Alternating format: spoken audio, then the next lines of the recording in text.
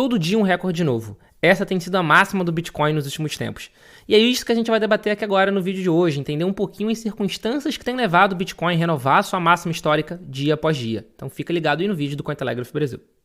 O Bitcoin, entre os dias 15 e 16 de dezembro de 2024, renovou a sua alta máxima histórica, rompendo a barreira dos 106 mil dólares americanos, que é o preço que está inclusive no momento de gravação desse vídeo, e conseguiu inclusive romper a marca dos 107 mil dólares americanos. Inclusive a nova all-time high, o novo topo histórico do Bitcoin foi gravado, foi atingido no dia 16 de dezembro de 2024, que foi a marca de 107.780 dólares e 58 centavos. É um valor muito expressivo. Mas o que aconteceu com o Bitcoin? O Bitcoin já estava cerca de uma semana praticamente lateralizado ali nos 100 mil dólares americanos, o que é inclusive engraçado a gente falar que em 100 mil dólares americanos é lateralizado. Mesmo com as correções que estavam acontecendo, não teve força vendedora suficiente para jogar o Bitcoin abaixo dessa marca e estava ali lateralizado nos 100 mil dólares americanos. E de repente ganhou força, ganhou 6% assim, em pouquíssimo tempo. Nesse momento, por exemplo, nas últimas 24 horas, ele está com uma alta de 3%, uma alta acumulada nos últimos 7 dias de quase 10%, né? 9,6%. O primeiro ponto que a gente vê com isso daqui é que as principais criptomoedas do mercado também estão experimentando essa mesma alta. O Ether, por exemplo, segundo maior criptoativo, nas últimas 24 horas, uma valorização de quase 4%. Voltou a romper a marca dos 4 mil e parece aí estar arrumando para ganhar forças para, quem sabe, renovar o seu topo histórico, a sua alta máxima histórica, que foi lá em 2021, em 4.800 dólares aproximadamente, né? 4.890. Então, o que aconteceu para o Bitcoin de repente acordar dessa lateralização, vamos chamar assim, né? Porque a gente está ficando mal acostumado com alta atrás de alta. Mas o que aconteceu para o Bitcoin romper com essa lateralização e voltar a estabelecer um novo topo histórico? Qual foi o catalisador disso? É claro que a gente pode colocar um peso considerável no fator ETF. Os ETFs americanos, os ETFs de Bitcoin Spot, por exemplo, todos os dias têm registrado um inflow, têm registrado um fluxo positivo muito considerável. Na última sexta-feira, dia 13 de dezembro, por exemplo, foram mais de 4.200 bitcoins comprados por esses ETFs. Na última quinta, 6.000, quarta, 2.000, 4.500, 4.400. E a gente precisa lembrar que todos os dias são minerados 450 novos bitcoins.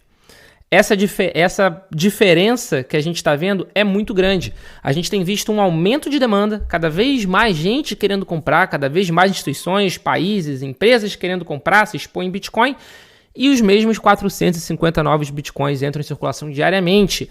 O design, o desenvolvimento do Bitcoin faz com que a gente potencialmente veja uma crise de escassez. Na minha opinião, a gente já está vendo uma crise de escassez do Bitcoin.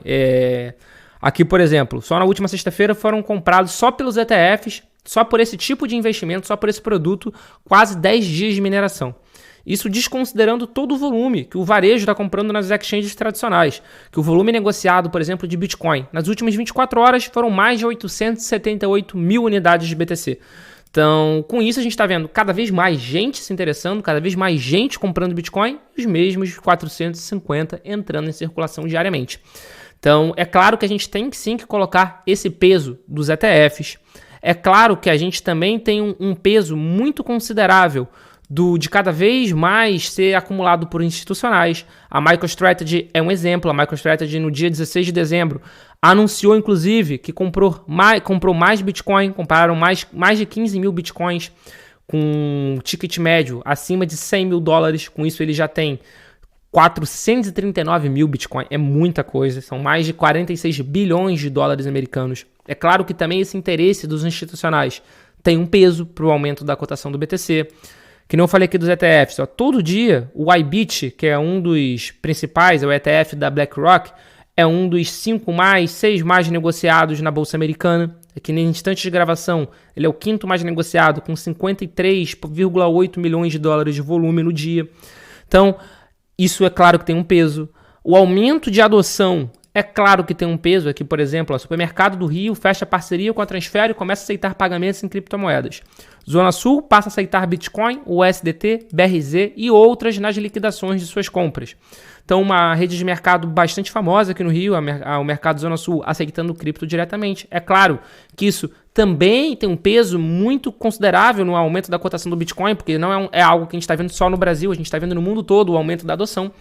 Mas, sem sombra de dúvida, o fator, a fagulha que fez com que o Bitcoin rompesse aquela lateralização ali da casa dos 100 mil dólares, passasse dos 107 mil, estabelecesse uma nova all-time high, foi uma entrevista que o Trump concedeu falando que sim, os Estados Unidos têm o plano de utilizar o Bitcoin como reserva estratégica.